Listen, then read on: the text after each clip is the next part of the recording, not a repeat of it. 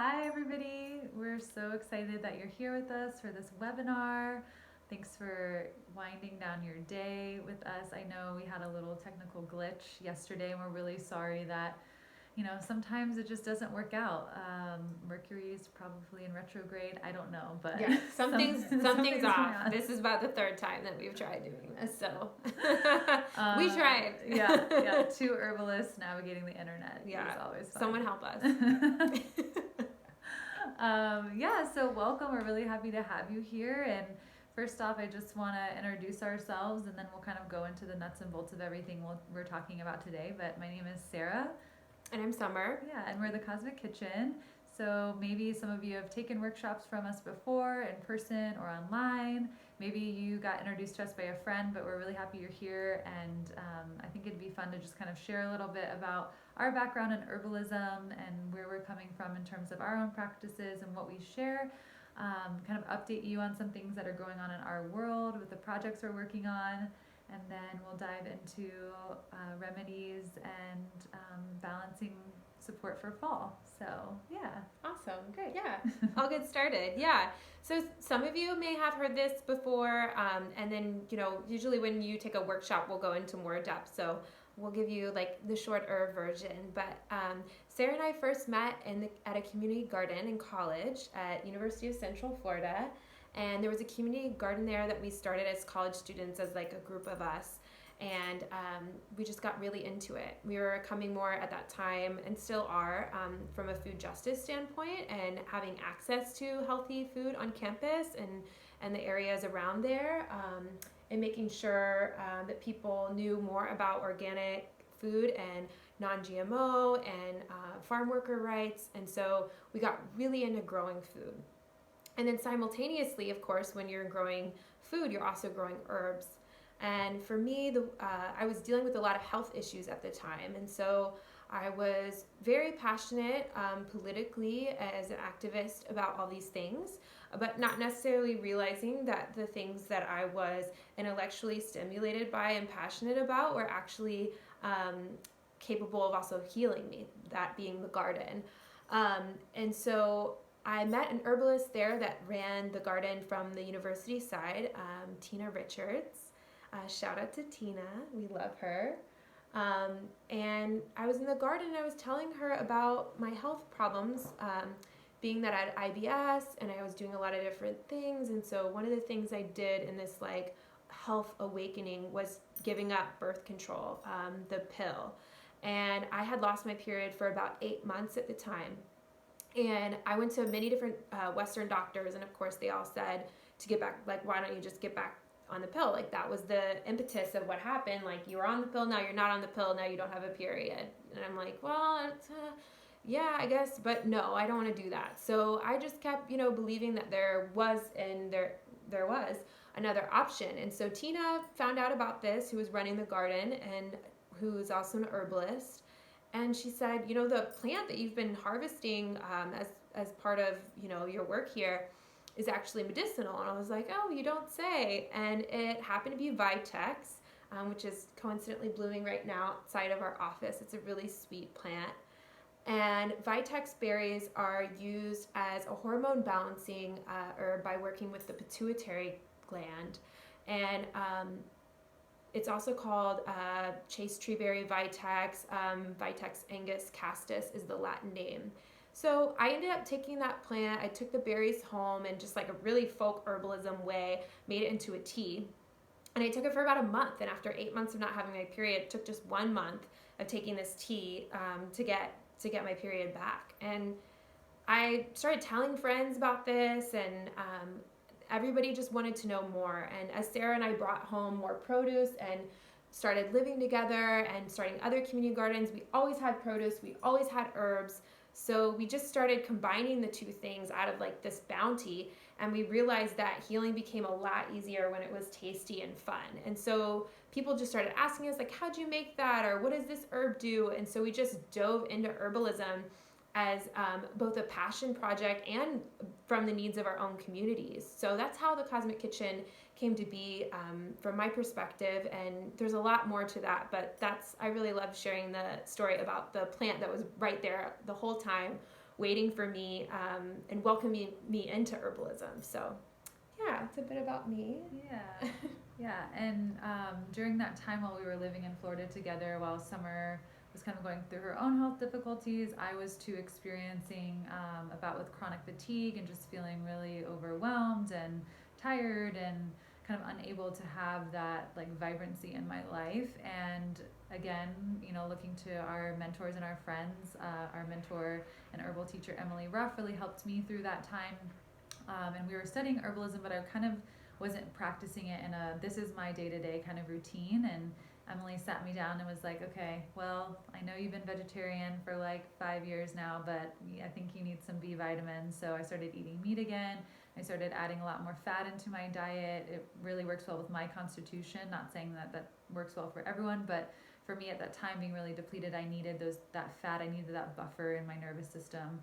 And I really started working with a lot of adaptogenic plants, so plants that are amazingly balancing for your immune system and your endocrine system and just kind of overall balancing and grounding. So some of those plants that I worked with religiously was eleuthero, which is eleutherococcus, is part of its Latin name, which is Siberian ginseng. You'll hear that herb used a lot for adrenal issues and stamina. I worked with Tulsi or holy basil, a great plant that grew prolifically in our little Florida garden. Ashwagandha and maca and all these kind of rooty adaptogens were really beneficial. And also too, I think so much of what Summer and I did to heal, as it's still a continuous process, you know, healing is like the long game. It's not, you don't ever end at a place and like, I'm at great. my destination. Right, especially if you're dealing with chronic things. Mm-hmm. And I think more and more we're finding that folks, you know, as we see all the time, the numbers coming out on people that are dealing with depression and chronic fatigue and these, you know, autoimmune diseases and all of these like really huge modern diseases that are chronic and that are really causing a lot of suffering for people and a lot of confusion. For us, the kitchen really became a grounding place for that, to not just take care of ourselves like with the medicine, but also take care of ourselves like spiritually, like connecting to ourselves, grounding in after a busy day, being creative together, sharing food, communing around a table, nourishing each other. So that to us is really the crux of our foundation. And I think for, you know, all folk healers around the world, that's what they do too. It's like they are the hearth of the community. They always have that fire burning. They're there to welcome in people and say, oh, I've got this herb, I know this person, they're connectors. And so that's what we really are hoping to be in our community.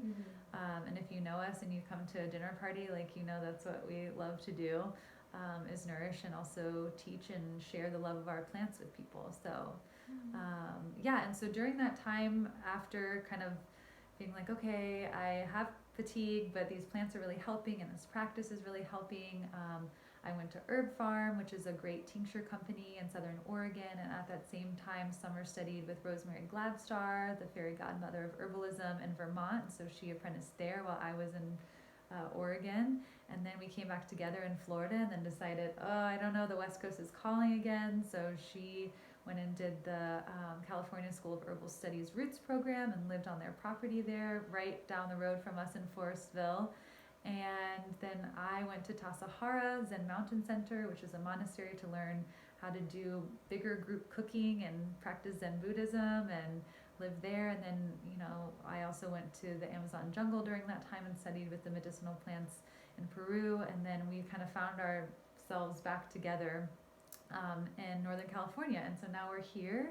And we just got this wonderful studio space, which we're doing our first webinar in, which is really exciting. We're normally sitting at our kitchen table, you know, hoping that like the cat's not going to be meowing or something, but or the country internet works, or mostly that the country internet works. So we're still in the country. Yeah. We're in the little town of Bodega, which is a coastal town just right out on the one. And luckily we have good internet here, and it's a great space for us. Summer's going to tell you a little bit more about kind of the projects we've been working on. if you're new to us or if you've been, following us and wondering, what have you guys been up to? So this space is really grounding for all of that. Yeah, so we've just kind of moved in here like right in summer. Yeah, and we had a little opening party, and now we've just been like heads down working on our cookbook, which you've probably heard about. So our first book was Be Radical, Eat Traditional, and that's that little zine that maybe you've seen, or you can buy it online if you want. It's still available, but next year we'll have another one, and it'll be like a big book, a real book. Not that the first one isn't real, it's very real, but this one is actually has like an ISBN, so we're doing things. So yeah, we'd love to have more things next year, but we've just been working away. So we had a couple photo shoots in summer where we shot spring and summer recipes, because of course the book is going to be divided into elemental theory, which relates to the seasons, and then we just got done with fall and winter. And so Sarah and I have just been like cooking and making things and picking up plants from farmers and like making shot lists and like pretending like we know how to do things that we don't, and it like worked out really well. Actually, I wouldn't say that, before, like the during process was, before the shoot was necessarily like seamless, like not at all, but I think all the prep work that we put in like really paid off, because then the day of the shoot we just had a blast. So that was really exciting, because I'm like happy that energy was infused into the cookbook and those photos, because leading up we were like I don't know, like what are we doing? What did we sign up for?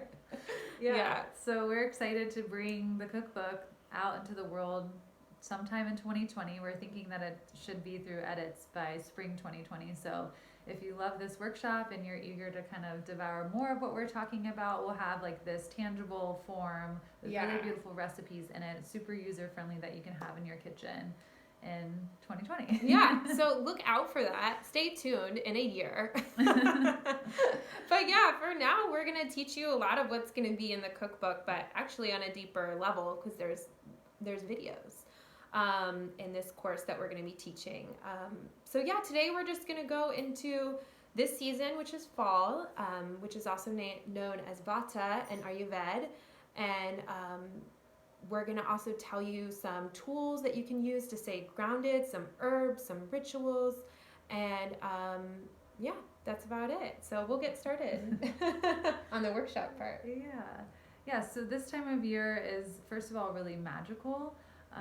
And I've just kind of been reveling in the changing light and the changing leaves and all of that. So everybody kind of knows that fall feeling. Everyone's got their fall feels, and just the way the romance of the season and how, the light is really changing. The day is getting shorter. We're asked to kind of retreat a little bit more than we have been, just kind of being all out there in summer and going to the river and the ocean and just hiking and just being really, pitta, or really active and outward.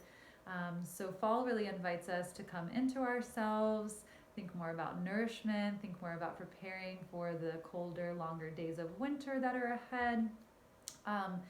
And Vata is this, when we think about elemental theory, we're thinking about the elements. And so when we think about Vata, it's that cold and dry picture. And when we zoom out into the elements, we're talking about ether, which is empty space, and air, which is like wind and movement. There's fire, which is our digestion and our follow through. There's water, which is movement again, kind of in the form of lymphatic and digestive fluids. And then earth, which is the material all around us, what our bodies are made of and everything in the world is made of. So each kind of elemental piece comes down into its own doshas. So you've got the 5 elements, and then you bring them down into the 3 doshas. So today we're going to talk about Vata, and in the program that we're teaching, or the workshop that we're teaching, we'll go more into the specifics of that. So don't worry about if you're Vata, Pitta, or Kapha. That's not totally, it's not so steadfast right now. You're going to get a lot of use just from knowing how to really balance with the season, because everything that's going on outwardly in our environment is also, happening to us inwardly. So we're getting affected by our environments all the time. So right now we're getting affected by this cold and dry. So you might be experiencing cold hands, cold feet, You might be having drier hair or skin, or just knowing that your digestion is a bit drier. You might be having some anxiety or fear, or even like tightness in your muscles and your joints, or you know, it all kind of plays out into that airy picture. You feel a little bit ungrounded. You feel like, okay, I was just in summer and you know, things were moving in a certain way, and now the season's really changing. It's a transition. So every time we go through a transition, it's always great to just remember what tools are right around you. Remember to set routine. That's super important for Vatas. Having a routine just as an outline, you know, having a guiding kind of force to your day is going to really help balance with any sort of feelings of anxiety or fear or overwhelm, which often accompanies Vata season and Vata people, or Vata constitutions or imbalances. Yeah, and I think just to add on that, I think, you know, so this has been a really anxious time for me, and it's interesting because when you think, I mean, I'm Vata, we're Vata constitution, and we'll talk more about individual constitutions in the workshop, but it's relevant because that's the season that we're in right now. And it's interesting because, you know, it's not, as we've said before, like healing is not a destination. So this season, every year, it's going to come up, like the anxiety and the stress is going to come up. And it's not that by doing these practices that feeling disappears. It's hopefully that when that feeling comes up, you can recognize it and realize what practices you need to integrate to feel more centered. So that's like been a big practice for me lately in this season, being a Vata and in a Vata season. Like it's a lot. So it's not like we don't feel those things. It's that we feel them, we try to be aware of it, allow ourselves to feel it. And also realize, okay, like maybe, which we're going to go into, like the munchy, crunchy chips aren't like a good thing, or, you know, bopping around all the time and doing this and that isn't a good thing. Like maybe actually the thing I need to do is like just wake up and like look at the sun and do my gratitude rituals and like sit and just be and have some soup instead of like maybe like, I don't know, whatever it is, like a caffeinated LaCroix or something, like just really coming back. And it's those simple rituals actually, which is hard when you're in an erratic space, when you're in the chaos of anxiety.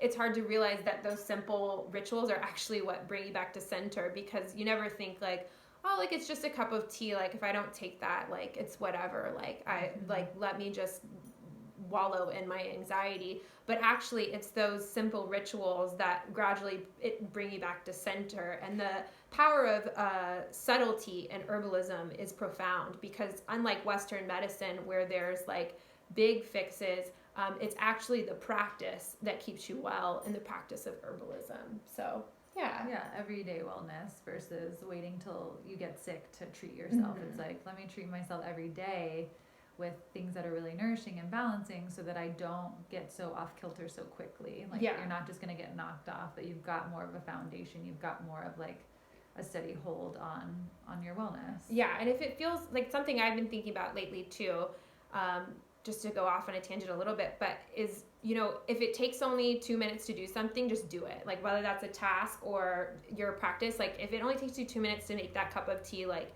just do it. Because your Vata brain this season is going to be like, oh no, like I got to get this thing done and I got to do that. But actually what you have to do is take care of yourself first, so you can show up for yourself and others. So that's a little bit of like the emotional piece that's coming up, that these remedies are going to help with. So next we'll go over, let's see. I mean, we can kind of talk about too some of the things. So if you are Vata or you're in a Vata imbalance, we're all going to be kind of experiencing Vata imbalances in the season, because that's what the nature of the season is. Some things to kind of look out for that aren't so balancing are the things that are going to exacerbate that cold and dry picture. So like Summer was already saying, like that munchy crunchy, so like popcorn and chips and that really kind of like table salt salty that you're looking for, or things that are cold like ice cream and smoothies. And not that smoothies are bad, just like, you know, in this season, it's not the most balancing, because maybe turn it into a soup. Yeah. Or a room temperature smoothie, you know, something, or like a smoothie bowl that has a little bit more to it. And just, you know, kind of shifting our rituals around food and around the foods that we really love and crave. So if you're craving sometimes those things that are really cooling, oftentimes that means that you are really cold. So like kind of is seeking that like, even though it needs the opposite of it. The same way someone that is really fiery often really loves spicy food. It's like, well, that's not going to help your fire. That's only going to add more fuel to it. So keeping an eye out for that. Carbonated things like Summer was talking about, caffeine, smoking. Again, it's like that out of body, that ether, that air quality, and eating things that are raw and that aren't cooked, and things that are cold in nature like raw foods are. Yeah, so those are the things, all those things, because I know you probably want to have all those things that Sarah just said. Those are what you don't have. Or have, find a way. I love our teacher, Deanna. We also didn't talk about that. So side note. So last year we took a really incredible course at the Dhyana Center, which is an Ayurvedic clinic and self-wellness and care studio in Sebastopol. And Deanna Batdorf is one of our teachers. She's incredible. And so we really got to kind of hone in our elemental theory and understanding of how to use the elements and these remedies through her. And we've put our own spin on it, but that's something that she has always really talked about, was like, okay, well, if you want your popcorn, have your popcorn, just have like ginger tea with it or something. And I love that. I love how, I think something too that is good to just note and talk about as we're talking about Ayurveda, we're talking about this Eastern medicine tradition. It's not our tradition. We're not Indian. We didn't come from that part of the world, yet there's this foundation of the elements that connects all medicines and all people. However, I think, it's important to really honor tradition and honor where these things come from. But for us, we found, and we've seen through our teacher, how many people she's helped by making these ancient practices more applicable to the modern day. So, why it's really important to do chanting and to prepare things in a certain way. Like, there is meaning and tradition behind it. Yet if people today aren't going to use, the essence of that or a part of that, because it's not traditional, isn't really helping people. So that's kind of her. I love that lens that she looks through. She's treated so many people and seen so many people come through like amazing struggles into more vibrant living and healthier folks. So that's something to consider as we're talking about this. This isn't an Ayurvedic, kind of perspective totally. It's like a blend of everything that we've learned. And that's just fun to kind of think about as you're going through your own healing journey and your own journey with herbalism or plants or food or whatever it is, kind of taking pieces from everything and creating your own rituals. And something your own that wellness. Works for you. Yeah. And it's, I love that perspective too of the, if you're going to have it, do this thing with it, because I think obviously you can get really into these things, like Sarah's saying, like the further you go, the deeper you're going to get, and that's what you're going to get. Like what you put in is what you get out. But a lot of us, like, we just need to like be initiated into this practice. And so to be so dogmatic with yourself and hard on yourself when you're already in a place where you probably need healing isn't going to help. And so when I first got started, I was so used to that idea of like, I'm going to go on a diet and I'm going to go on a cleanse, and like this is going to last 2 weeks. And then what happens after that 2 weeks? Not that you shouldn't do cleanses ever, but usually you're just like back to whatever the status quo was before. Where when you incorporate these daily practices, hopefully it's a thing where you're more gentle with yourself, where you can say, okay, like, yeah, like I had a couple glasses of wine last night, but that doesn't mean that all this work was for nothing, because you're going to feel good the next day. You're just going to get back up, get back in your rituals, and get back to center. It's that thought of like, balancing is an action. It's not this place where you live in purity. Like, that's just not who we are as humans. So I really like that idea. Like, if you're going to have like your raw salad or whatever it is, your chocolate, like just make sure you have your like herbal tea, or do something good for yourself in that sitting. Right. So yeah. And this season in particular, when it's cold, when we're cold and dry, or we're experiencing cold and dry environments, we want to think about the opposite of that, right? So cold needs warming things, and dry needs things that are really nourishing and moistening. And I think the way that we kind of want to break this down for the time that we have, which is really short, is kind of thinking more about the taste and the flavors and using those, since what we do is the Cosmic Kitchen, we're cooking. It's like, okay, how do we think about flavors? How do we think about what we can make to nourish ourselves, and kind of see the elements through that lens as well for balance for the season. So yeah, some things that you can think about in terms of the flavors are, first of all, having things that are sweet. And right now we see that reflected in the beautiful winter squashes, hard squashes that are coming through in the markets. Not having that refined sugar sweet, but more of that like starchy, grounding sweet nature. Dairy is also part of this. So you'll see us using a lot of ghee right now, that clarified butter, which has that sweet flavor, but the fat solids are removed. So it's healthier for our digestion and our liver, but it still has that sweet, grounding, moistening quality to it. And sweet is helpful in the sense of digestion because it helps to further liquefy and lubricate our food as it converts. And it also has that mucilaginous or that sweet nature to it. It's grounding, and so that's really supporting our immunity and our gut too. So you hear people like sugar free and da da da da. It's like you can't not have sugar. It's just a lot about the refined sugar, and that's snuck into mostly processed food. So if you're eating whole foods, you can really tailor that to meet your needs and get also your vitamins and minerals that are in a lot of those sweet squashes and grounding potatoes and things like that. Yeah.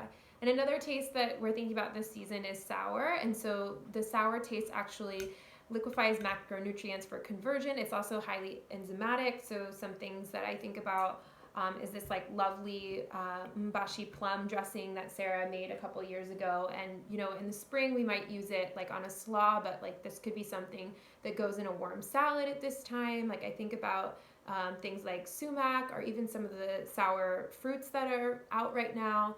And just incorporating those things, like maybe when we go through these like different spices and herbs, like getting together, like maybe even your seasonal toolkit and having them out by the, wherever you put things near your stove, like not too close because it's warm, but having these things out there. So it's just easy for you to pull. Like maybe after this workshop, you're writing down like, okay, sweet flavors, sour flavors, and we'll go over some more ideas and like creating your own little like fall toolkit near the stove. So yeah.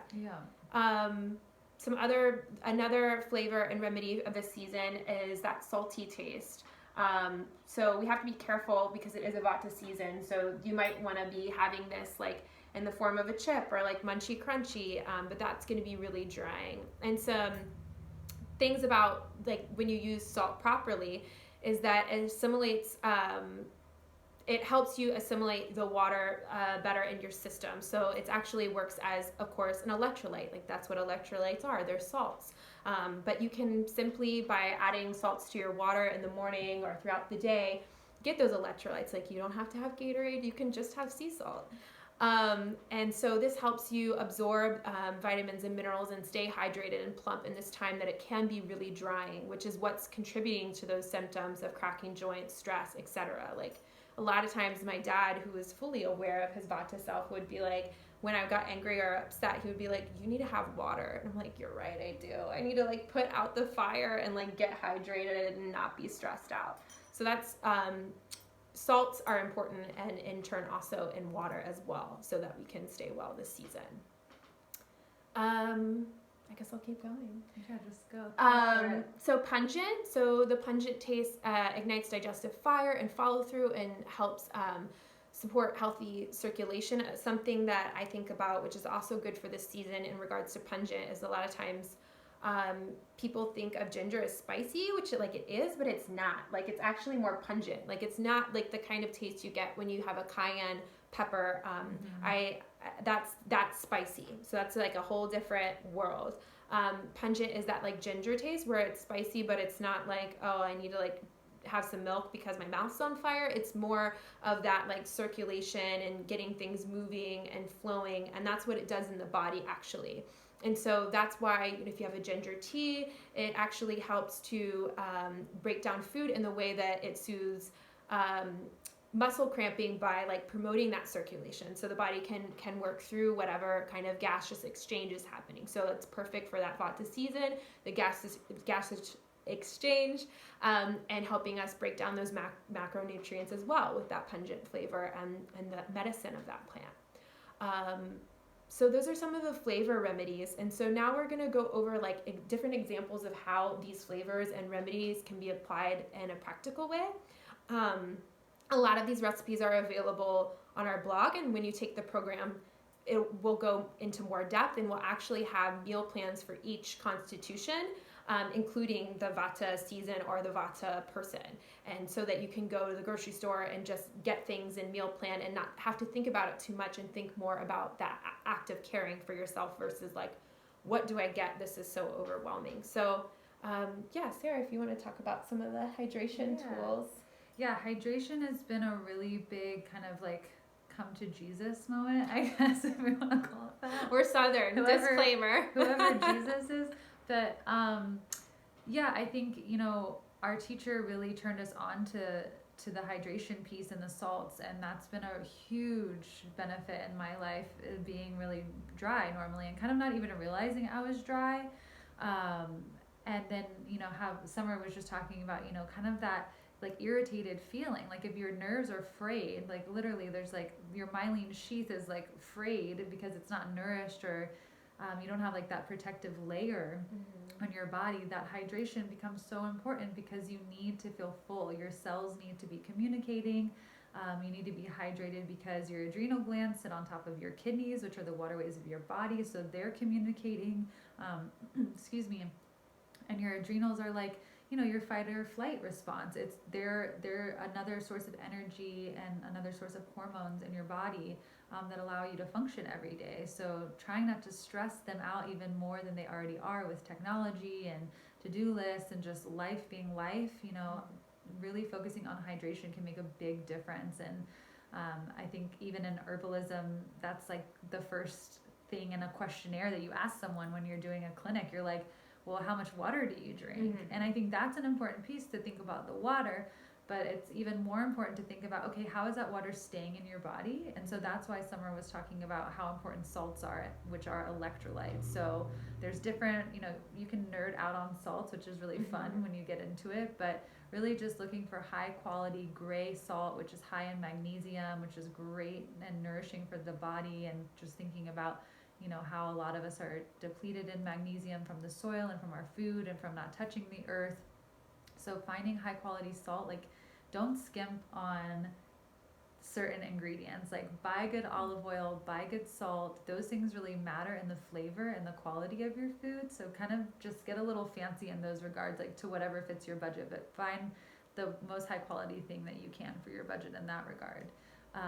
And thinking about the salt picture, and thinking about hydration, putting in like a half a teaspoon to a teaspoon in a big jug of water right when you get up. Like that's something immediately that you can do every morning. It should just taste a little saline. It shouldn't taste like the sea.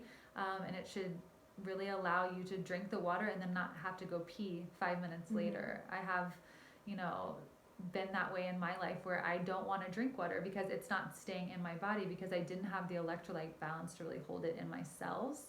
And as soon as I started adding water, and as soon as I started incorporating more of the essential fatty acids, that totally changed my hydration picture. So another great way you can stay hydrated this season is by eating your hydration. So obviously this time of year, everybody's going gung-ho for soups and stews and broths and curries and things that are really nourishing, these meals that we just, love to prepare because they make the house smell really good. They're just easy to kind of throw everything together in slow and low and have dinner ready or have breakfast ready in a pretty short amount of time.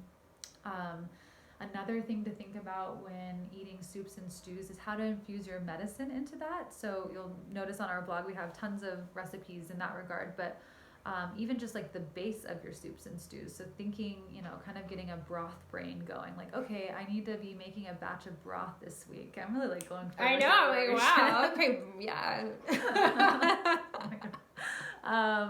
So, infusing your broths with these medicines, like whether that's a seaweed broth, whether that's a mushroom broth, a bone broth if you're into that, which we love bone broth, but not everybody is into it.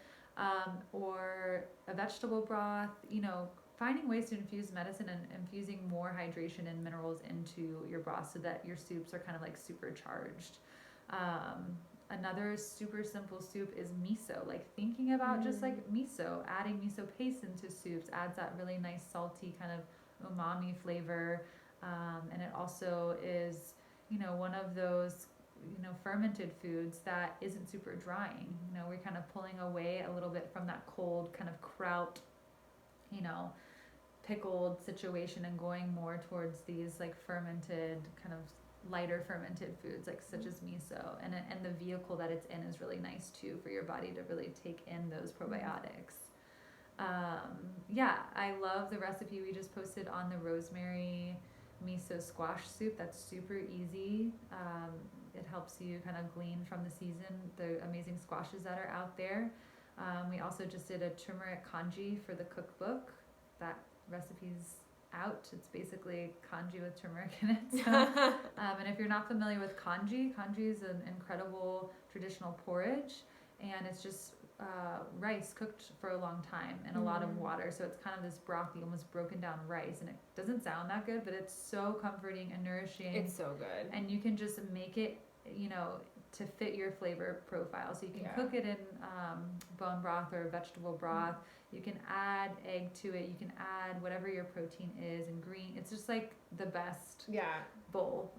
So we make that a lot this time of year to stay hydrated. Again, it's like these soupy, brothy meals that are really going to support our hydration. Yeah, we realized after we did all the photo shoots that like all of our breakfast each season was like porridge. I'm like, we should just have a porridge book. They're just, I think too, that's another thing about vatas, right? It's like vata season, but also about vata nature is that you don't have your cold and dry, so your digestive fire isn't like firing off first thing in the morning. So it takes you a little bit to like want to eat.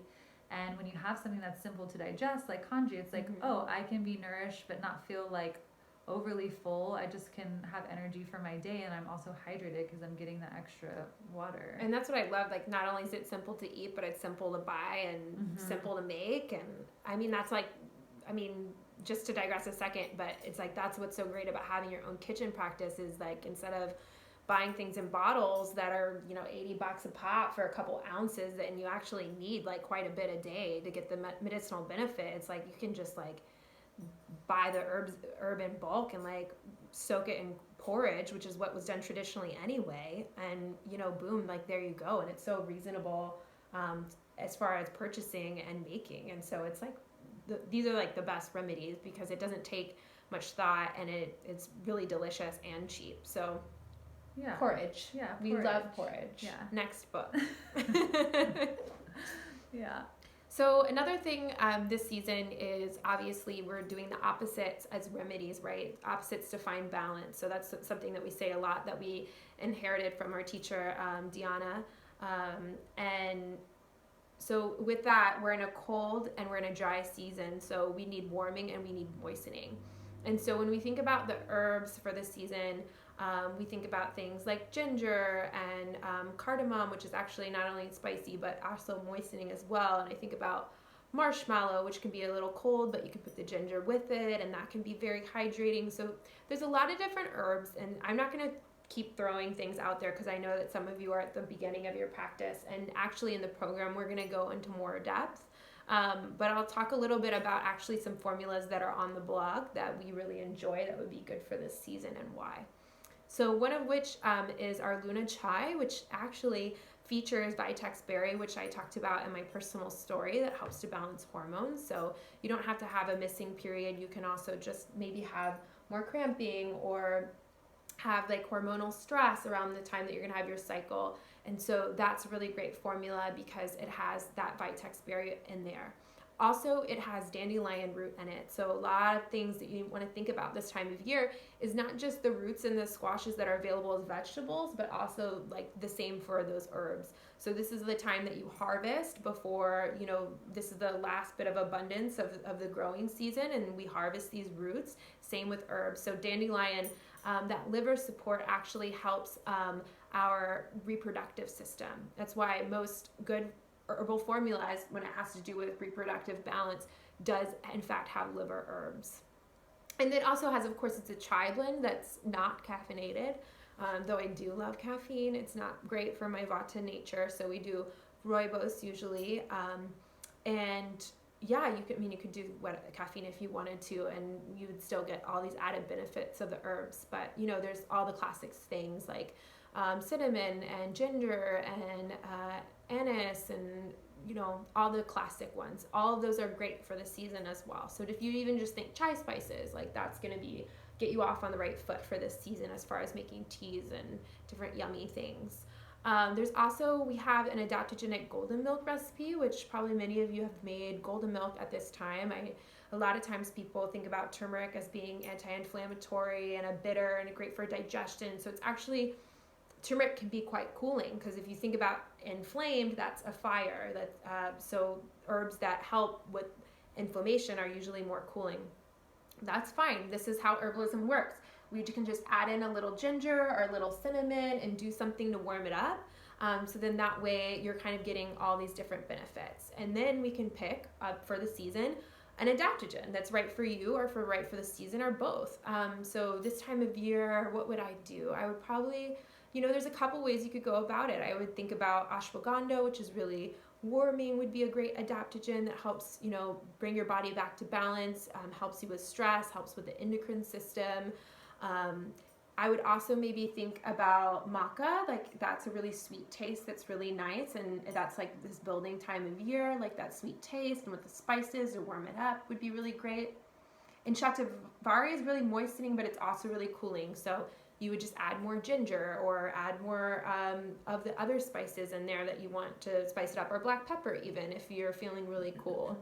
So that's another option, is just spicing up your golden milk. Another great recipe that Sarah made last year, I think, is called a melita, which is an herbal honey. And like, we just love herbal honeys because once you make them and infuse the herbs in the honey, all you have to do is just scoop it out and put it in the hot water, and it's ready. Or you can put it in a dressing, or you could even like get weird and like put it in an herbal cocktail, whatever it is that you fancy. This one in particular for this season, we would suggest things like thyme and ginger. Thyme is really great for the cold and flu season, and ginger is great for warming and also a diaphoretic, meaning like if you're feeling like you're like kind of getting fevery, it helps you to sweat it out. So these things, it's multi, these herbs have many different uses, and they're multidimensional. So in the program, we'll go into more herb profiles, but just for warming and nourishing herbs, that's kind of a little preview. Yeah, and I think it was important for us to add that tea picture. We were talking earlier today, like, okay, how do we want to kind of think about these remedies, and how do we want to break them up? And one of the benefits to having tea is that it's really the perfect vehicle for this time of year. So again, it's like reflecting back to that hydration piece. It's that warming picture. Your body doesn't have to work to digest it at all. It's just like all going down and nourishing and really moistening the body as it's really cold and dry. So that's why teas are really important. And plus, we just like want teas this time of year. It's so natural for us. So like, go with that natural inclination to have tea. Yeah, and something else that we like to do just as a like little tip or trick is, instead of making 1 cup of tea, make a whole quart. So whether you're steeping that overnight to get the mineral benefits, or you're making a decoction, which is that long kind of brew of the roots and berries, making enough so that you have a quart for the day. So you're not, if you're not home, it's right there. You've got it, and you can heat it up at work or wherever you are, or just drink it kind of lukewarm too. That's a nice kind of just hack when you're thinking about, okay, how do I really get my tea in for the day? Yeah, and teas are like, again, like one of the most reasonable ways to practice herbalism. Like, it's funny because now everyone's like on the tincture and like pill tip, and it's funny because Emily, our teacher, when we got started, she's like, just buy some herbs and make a quart of tea a day, and then that's your formula. So this is a really great introduction. Yeah, there's something else I wanted to say, and I can't remember about that. Anyways. We love teas. We love porridge. Teas, porridge tea. We're just a bunch of grandmas over here. Yeah, so kind of the last little remedy or ritual, I think that's really important for the season. So we've done like more of the edible side of it, and then also thinking about these really wonderful warming and hydrating oils. So, we've been whipping out our jars of ghee and having kind of ghee being made every week, which is, if you're not familiar with ghee, it's just clarified butter, which is great because it actually helps to stimulate the digestive fire, and it's also supportive of the liver, whereas other saturated fats are really hard on the liver, and you don't need a ton to get through the day or to get that energy.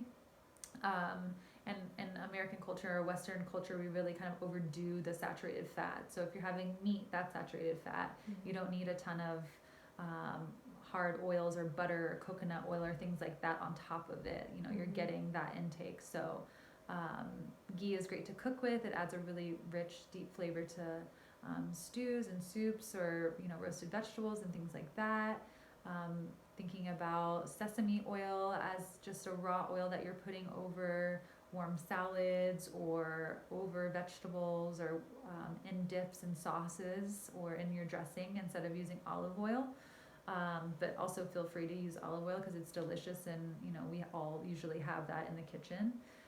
And one thing that we like to do that we don't see a ton of people doing, but we really want to just give an ode to the warm salad. I think there's so much chatter and excitement around salads in the wellness world, and it's salads are great for summertime, or when we need to cleanse and let go of excess and things like that, but really focusing on building is important this time of year as we go into fall and winter. So if you love salads, we're not saying never have a salad again during this time of year, but kind of tweak the salad to be seasonally appropriate. So having a warming dressing, like Summer did this amazing fire cider dressing where it has this horseradish and ginger, and it's got all these yummy flavors in it that are stimulating our digestion and our circulation. So adding that to a warm grain salad with kind of sauteed greens, or there's protein involved in it, but it's a fuller meal, and it's not just raw food. And if you do want to have raw food, go for it. Just have it also with something cooked. You want to really maintain that balance between the raw and the cooked, and kind of err on the side of cooked for this season. Another great dressing that you came up with was the maca miso dressing that's on our blog. So it's got cinnamon, or not cinnamon, it's got ginger. That might not be bad. It's got ginger, and it's got the maca root in it, and it's got garlic. So you can kind of tweak it to add different flavors into it. But it's this thick, kind of creamy dressing, which would go great on roasted vegetables. If you're kind of having a lull in recipe inspiration, that's really fun. And it can also be a dressing if you thin it out for warm salads and things like that. So and then thinking about how oils are so important for us internally, and having this warmth internally is really important. Also having it externally. So we always kind of like to give a self-care practice when we're talking about the seasons, and this season I think is really perfect for salt scrubs or sugar scrubs, but salt is great, and it's kind of easier to clean up a little bit in the bathroom, and at least at my house, it doesn't invite ants in. When you live in the country, it's safeguard your space. But so thinking about kind of mixing salt with sesame oil, which is a great warming oil this time of year, and really just before you get in the shower, kind of working up from your feet and getting pink. So if you're noticing that you're a little cold or you're dry, the salt scrub is amazing. Just, you're almost sweating after if you really go for it. You take a warm shower after, kind of leave it on, or sit in a hot bath. You come out feeling so soft, but you're also really warm, and you've got that nice protective oil layer. That's a nice little buffer for this cold and dry weather. So that's something that we love to do, just as kind of I love to do it every night. Maybe that's a little excessive because I do get really cold, but at least once a week it's a really nice practice, and you'll start to see your circulation changes, your tissues can start to change a little bit. You're getting rid of that dead skin without just doing a dry brush. Everyone's all about, let me dry brush every day. It's that can be helpful, but when when it's really dry out, you're just adding to that kind of scratchiness on your skin, when really your skin wants to be rubbed or exfoliated, but also with oil. Yeah. So that's just something to think about too. Yeah. So I mean that's all we have. No, but we have a lot more in our workshop. It's getting dark here, so we're gonna wrap up. But But our workshop is Elemental Herbalism, and it is an intensive workshop. It'll probably, all the videos will only take you maybe like an hour or so to get through, I believe. Mm-hmm. Yeah.